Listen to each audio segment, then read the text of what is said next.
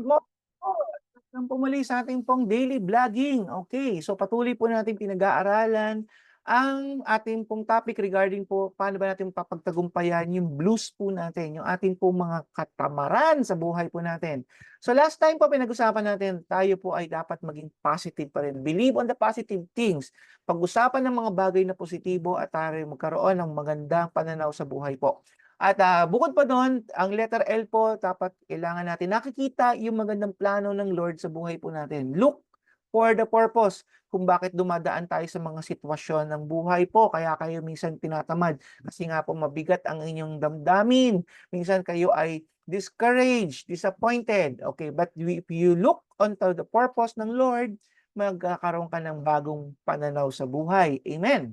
At sabi nga po dyan, letter U, nung blues po, you must utilize the promise. Kung meron kang paniniwala na ang salita ng Diyos ay totoo at buhay, kapatid, you must utilize it. You must always hear the word of God, HBO po. Hear the word of God, believe the word of God, and obey His word. Then you will see the promises, the completeness, the miracle na darating po sa buhay mo, kapatid. At grabe, pag yan po ginawa nyo, yung basic pa lang po, HBO, hear, believe, and obey, HBO, ay meron na nang ginagawa si Lord sa'yo. Ito pa, dadagdagan ko na. Kasi nga po, hindi na uso yung malalabong picture po ng buhay po natin. Kailangan magkaroon tayo ng 4K, malinaw. Di ba? High density. So ano po ba yung, dadagdagan natin HBO, HD. Ano ba yung HD? Okay, HBO is hear God's word, B is believe God's word, and O is obey God's word. Okay, HD means highly declare it. HD, highly declare it. Kailangan pag naniniwala ka, hindi ka lang hindi ka nakakarinig ka, hindi ka lang naniniwala. Kung hindi, ideklara mo to. Because sabi ko nga po last time na vlog tayo, di ba? Ang tongue natin, ang bibig natin, may power yan to give life and death, di ba? If you use your mouth to give life, speak the promises of God, speak the word of God, ay mga kapatid, if you declare it, ay talaga namang may ginagawa si Lord behind everything. Kahit na nakikita parang wala, pero may ginagawa na si Lord because you are declaring it. That is faith, kapatid. That is faith. So, punta na tayo sa susunod na letra natin sa blue. Diba? Encourage others. Hindi lang parang sa sarili. Laging sinasabi ng Panginoon dito sa tinuturo niya sa atin, you have to be expressive sa iba. Encourage other people. In 2 Corinthians 1:4, sabi dito, He comforts us in all our troubles so that we can comfort others. Yan ang reason kung bakit po dumadaan ka sa pagsubok para magkaroon ka ng tinatawag nating in ka ba? Nage-gets mo ba? Kasi hindi ka magkakaroon ng gets kung hindi mo pinagdaanan yun eh. The more na marami kang pinagdadaan ng pagsubok, kapatid, the more na maluluwalhati ang buhay, maluluwalhati ang pangalan ng Diyos sa buhay mo. That is true. Hindi inalaw ni Lord yon sa buhay mo para lang baliwala. Dahil sa buhay mo na naging matagumpay, nabibigyan ng glory si Lord sa buhay mo. Because napagtagumpayan mo yung pagsubok. At ngayon nakapag-comfort ka sa iba. Sabi ng 2 Corinthians 1:4, He comforts us in all our troubles so that we can comfort others. Kaya nagagamit ka ni Lord to comfort others, di ba? Hindi naman kasi mayakap ni Lord basta-basta yung mga tao na pinagdadaanan yung hirap, pinagdadaanan yung pagsubok na yan. Hindi niya basta-basta ma-comfort sa mga tao. Sino magbibigay ng comfort niyan? Ikaw na nakaranas. Ikaw na nakaranas ng pagmamahal ng Diyos, freely receive, freely give.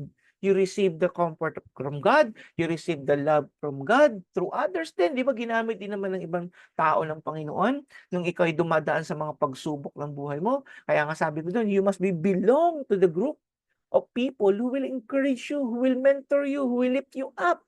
Di ba? Hindi yung, ang mundo kasi, crab mentality, pero ang mga anak ng Panginoon, ang tunay na mga anak ng Diyos, tinutulungan tayo umangat. Hindi nagkakaingitan. Kung hindi umaangat, lahat tayo paangat ng paangat because yung po purpose nun, to comfort us so that we can comfort others. Amen? So when they are troubled, we will be able to give them the same comfort God has given us. So, sino maluluwalhati dito? Si Lord. Diba? Kaya nga lahat bumabalik kay Lord po eh.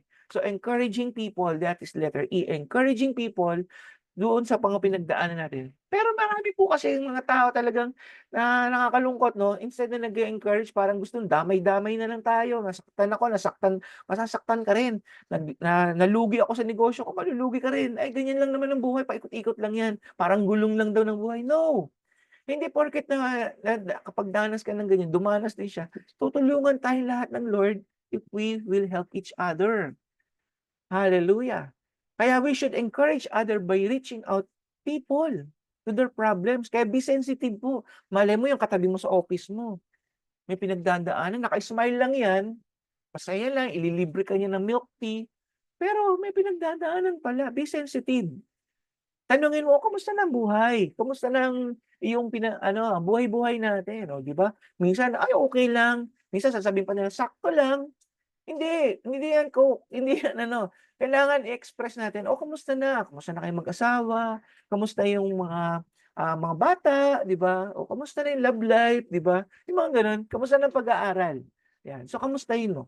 'Pag kinamusta mo yan, dapat mag-respond sila. 'Pag hindi, huwag mo na silang kausapin kasi 'pag hindi sila nag-response, ibig sabihin sarado pa, eh. Hindi receptive pa sila. Pero 'pag nagsalita ka at tinanggap nila, ay ito nag-open up na, 'di ba, nag-open up. So, you have to be there. Pray for them, encourage them. So, yun yung gusto ng Panginoon. And lastly, sa mga blues po natin, para tayo mas lalo pang hindi natin makita yung problema natin, hindi lang, to encourage other people, kailangan yung S, kailangan tayong magsalita. Bukod doon sa, binanggit po natin dito, utilize the promise, express the promises of God, shout out mo yan, i-highly declare mo yan, you must sing praises to the Lord.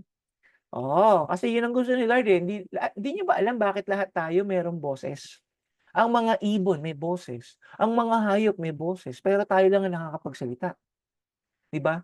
Kasi sabi ng Panginoon, kung hindi ka mag-aawit sa'kin, hindi mo ako i-wo-worship, hindi mo ako papupurihan, hindi mo ako sasambahin, naku, utusan ko na lang ang mga bato para awitan ako, sambahin ako, pupurihan ako.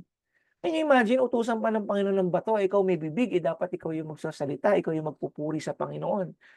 Can you imagine naaalala ko lagi ang mga ibon dito sa'min sa bahay, na kung saan every morning na lang yan may naririnig ka, tweet, tweet, tweet, tweet, tweet, tweet, tweet, ang daming mga boses, ganyan, ganyan. Tapos kaliwa't kanan, even mga pusa, aso, nagkaano sila, parang may mga sinasabi sila every day yan, every morning yan. Why? I believe, hindi natin naintindihan ang mga sinasabi nila, pero si Lord naintindihan niya yun. Because He created everything, eh. Pero maraming mga tao po, instead na magpuri sa Lord, puro reklamo. Kasi naman Lord, bakit naman ganyan Lord? Bakit naman ganyan Lord? Puro naman bakit gano'n Lord, 'di ba? Magpasalamat tayo sa Lord. Amen? Magpuri tayo sa Panginoon. Kaya di na pinagdadaanan ka kapatid, i-try mo na 'to. Magpuri ka na sa Lord. Kahit sa sintonado ka, kahit nakiopsi ka kapatid, huwag mong isipin na sintonado ka. Isipin mo, pinakikinggan ni Lord yung boses mo. Eh, ano ba naman yung mga hayop, yung mga alulong ng hayop na yan? Maganda ba sa pandinig natin? Di ba sakit sa tenga minsan? Oh, eh gano'n din 'yun.